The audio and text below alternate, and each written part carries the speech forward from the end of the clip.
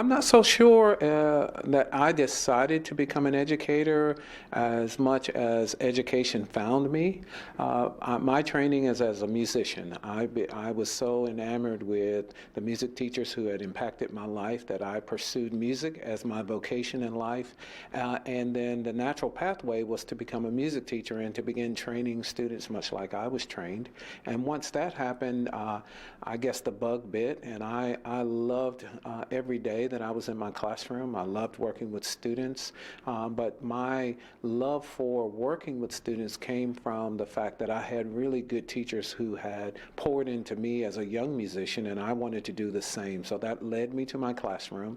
My classroom led me to leadership, and that's where I find myself today.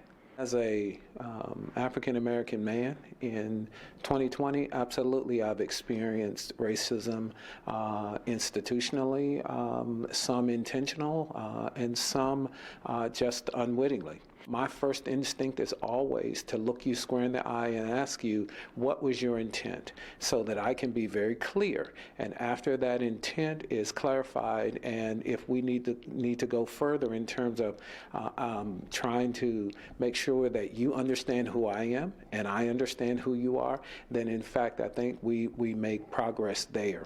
I think I've been able to navigate through most of those challenges by being very honest with people and not being afraid to have the real conversations about your beliefs, my beliefs, and most importantly, how we're going to operate and respect one another in this work environment. What gives me hope right now is watching this younger generation and how resilient they are and their willingness to take on the tough stuff without really destroying what's already there.